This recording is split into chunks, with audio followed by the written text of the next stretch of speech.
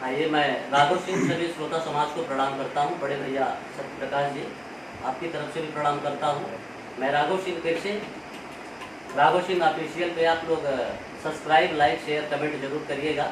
एक प्यारा सा भोजपुरी फोक गीत।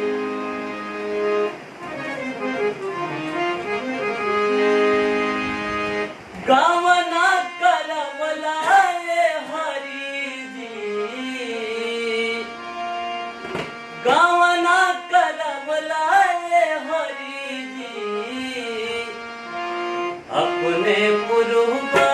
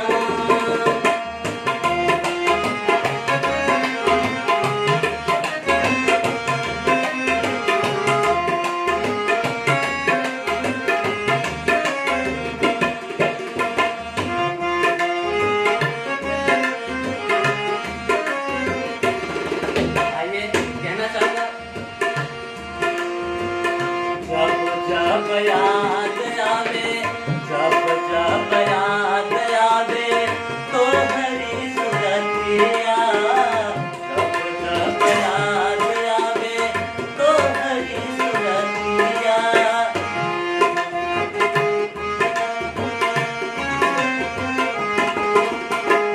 कटला से कटे नहीं, कटला से कटे नहीं, विरह के रतिया।